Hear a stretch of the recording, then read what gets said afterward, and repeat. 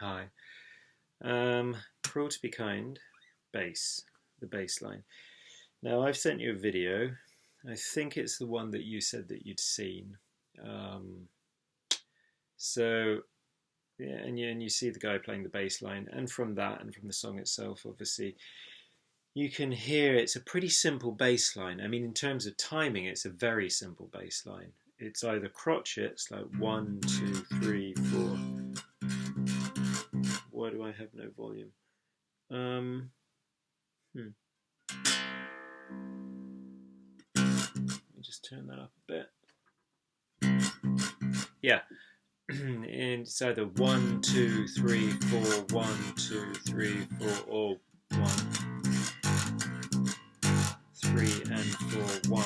You know, which is eighth notes. So you've either got crotchets, quarter notes, or eighth notes. It's very straightforward in terms of timing, and most of your notes, sorry, go on for one bar. 1, 2, 3, 4. 1, 2, 3, 4. 1, 2, 3, 4. 1, 2, 3, and 4. And that's about as complicated as it gets. In other words, not complicated. So that's good. The bass in the actual song has this huge sound, doesn't it? I mean, it's really full, so it doesn't, in a way, need to do much. It can be very simple because it's just really filling out the bottom end of the soundscape. So, and in terms of what the bass is doing harmonically, most of the time it's really simple, in that most of the time you're just playing the root note of the chord.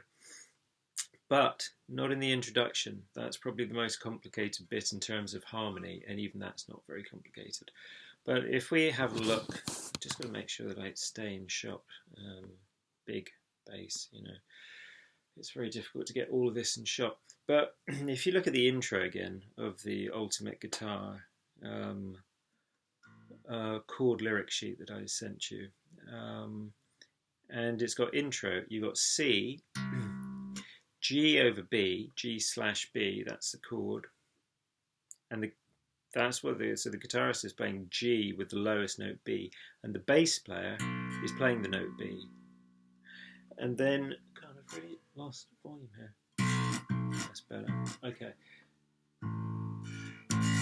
And then you've got F/A, or F over A.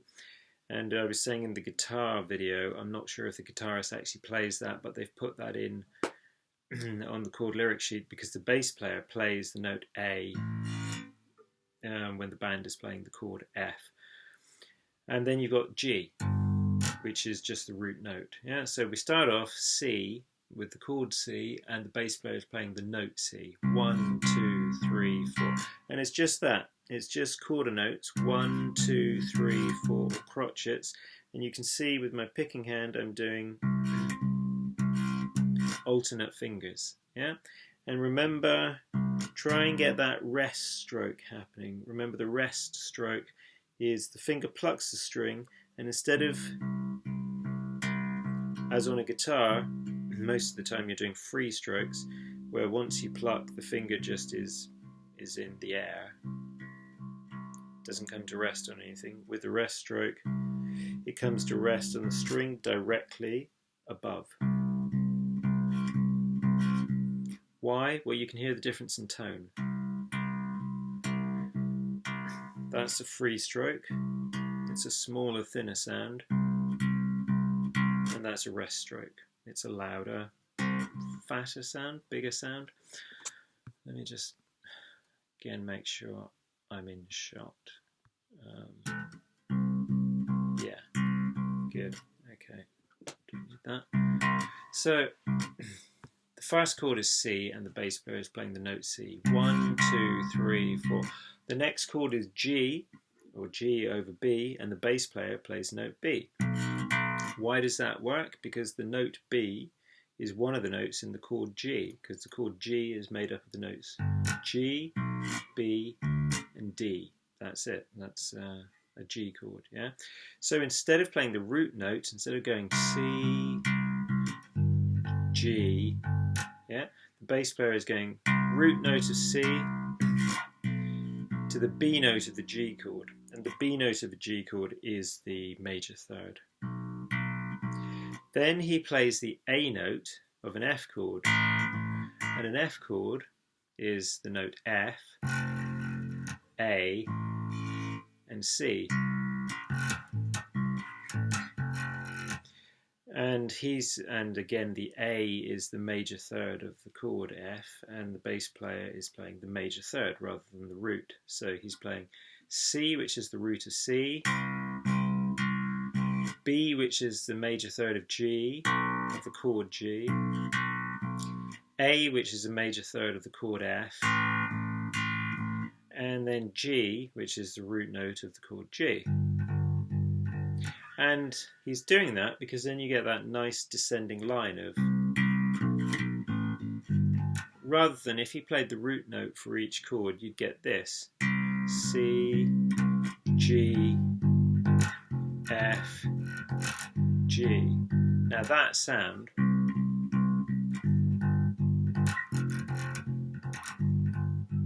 is different and perhaps less interesting than this descending sound.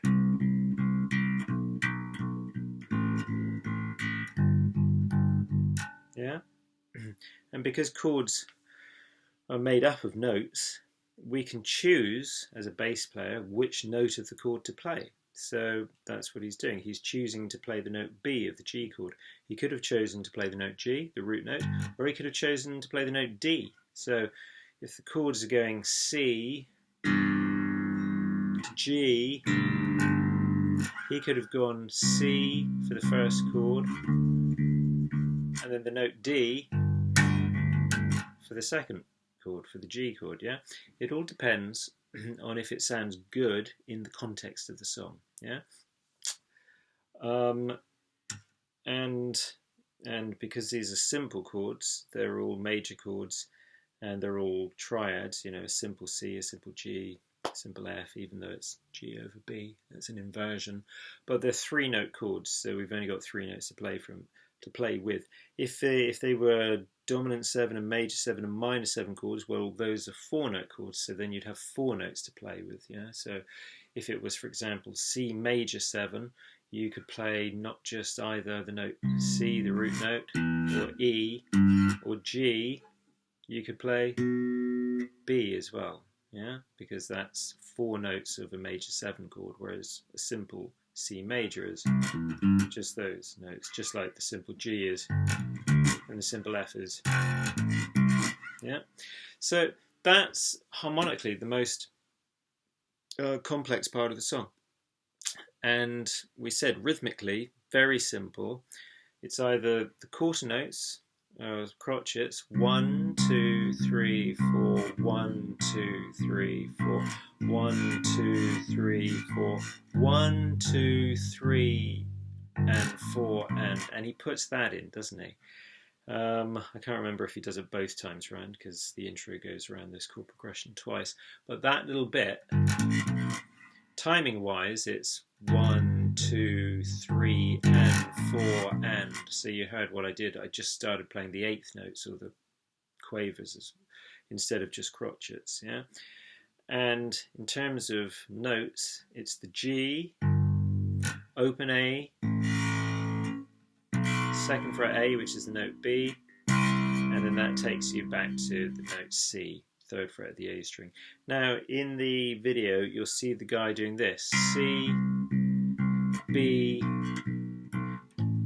A, and he plays the A note here, and I'm playing it as an open A string.